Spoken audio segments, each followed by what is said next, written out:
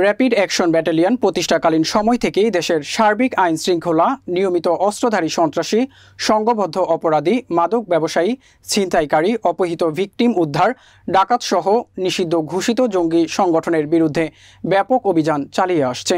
রফিকুল ইসলাম সাবুলের প্রতিবেদনে ক্যামেরায় ছিলেন জিয়ারুল ইসলাম জিয়াম।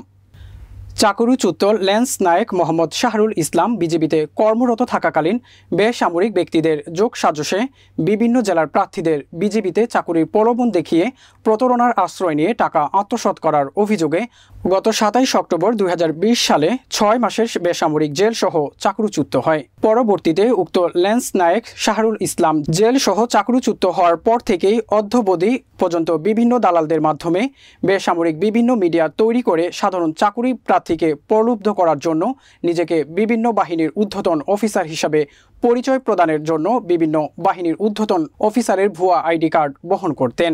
এই ভুয়া পরিচয়ের আড়ালে সশস্ত্র বাহিনী, পুলিশ, বিজিবি এবং অন্যান্য সংস্থায় অবৈধভাবে লোক ভর্তির কথা বলে সাধারণ জনসাধারণের সাথে দীর্ঘদিন ধরে প্রতারণা করে আসছিল। এরই ধারাবাহিকতায় র্যাব ১৩ গাইবান্ধা ক্যাম্পের একটি আভিযানিক দল উক্ত ঘটনার বিষয়ে গোয়েন্দা নজরদারি শুরু করে। এক পর্যায়ে তথ্য উপাত্ত পর্যালোচনা করে গোপন সংবাদের ভিত্তিতে ২৩ মে বিকেল ৪:৩০টার দিকে গাইবান্ধার একটি অভিযানে গাইবান্ধা জেলার পলাশবাড়ি থানাধীন এলাকা হতে অভিযান পরিচালনা করে প্রতারক চাকুরিচ্যুত ল্যান্স নায়েক শাহরুল ইসলামকে গ্রেফতার করে। শাহরুল ইসলাম গাইবান্ধা পলাশবাড়ি থানার ডোলভাঙা গ্রামের আব্দুস সামাদের ছেলে।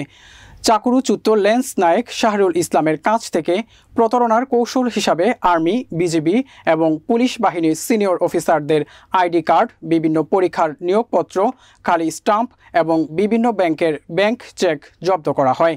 প্রাথমিক জিজ্ঞাসাবাদে ধৃত প্রতারক শাহরুল ইসলাম স্বীকার করেন যে চাকুরিরত অবস্থা থেকেই তিনি এই ধরনের কার্যকলাপের সাথে জড়িত এবং প্রতারকের অভিযোগ প্রমাণিত হওয়ায় তিনি বিজিবি হতে চাকুরিচ্যুত হন।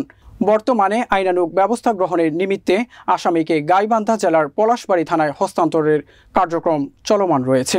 রেজিস্ট্রেশন নম্বর ৭৩৯০৪ চাকরিচ্যুত ল্যান্স নায়েক মোহাম্মদ শাহরুল ইসলাম নামে বিজিবি থেকে চাকরিচ্যুত একজনকে আজকে গ্রেফতার করতে সক্ষম হয়।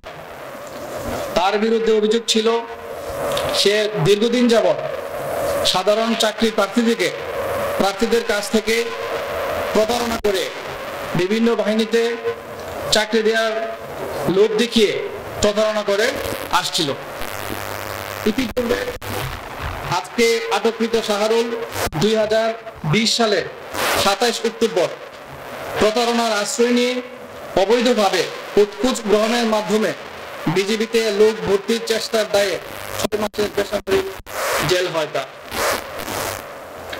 সাধারণ চাকরি প্রার্থীকে প্রলুব্ধ করার জন্য এবং প্রমাণ করার জন্য সে সশস্ত্র বাহিনী, পুলিশ, বিজিবি সিনিয়র অফিসারদের নামে ভুয়া আইডি কার্ড বহন করত।